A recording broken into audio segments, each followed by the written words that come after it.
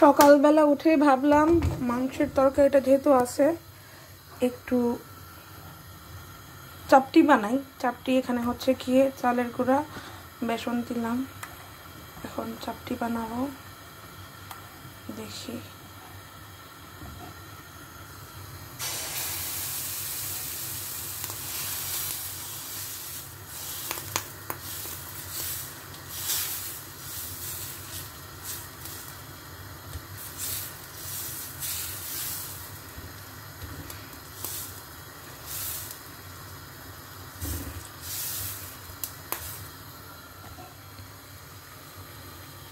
ঢেকে দিই।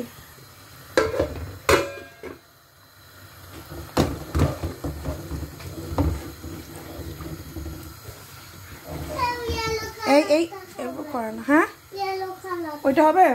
আচ্ছা দিতেছি দাঁড়াও।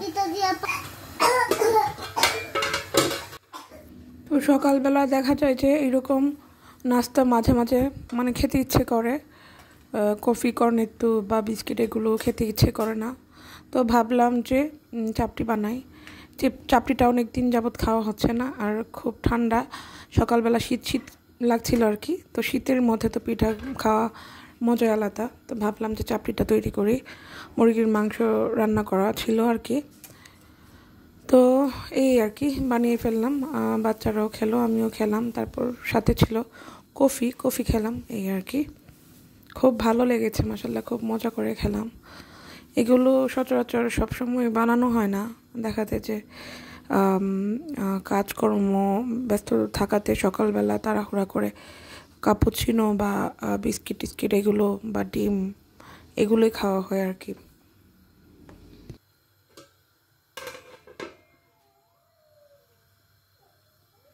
এই যে গরম গরম মাংস, সাথে হচ্ছে কি চাপটি।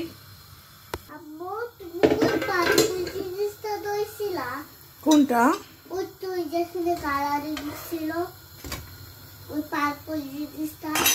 ওই নাই মা।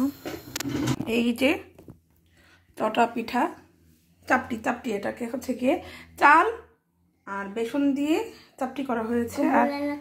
আর জুলফা কি করতেছে দেখি। জুলফা, ওয়াও, জুলফা এটা কেমনে করলা?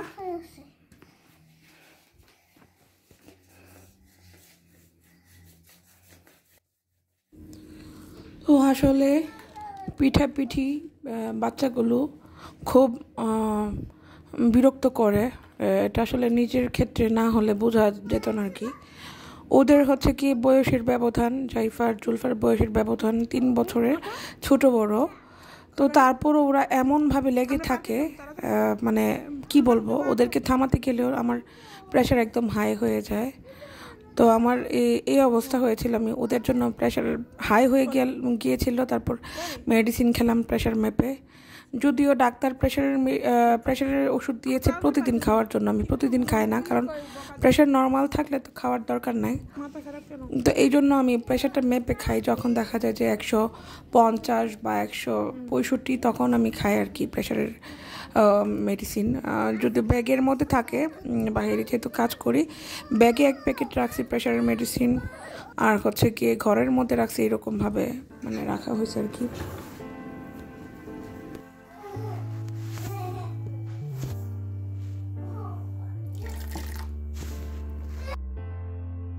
মা, তোমরা খালি ঝগড়া করো, মাম্মা কিন্তু পার্কে চলে যাবো পরে।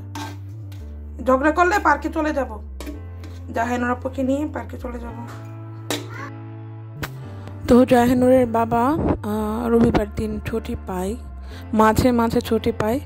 তো আমার সময়গুলো এভাবেই কাটে।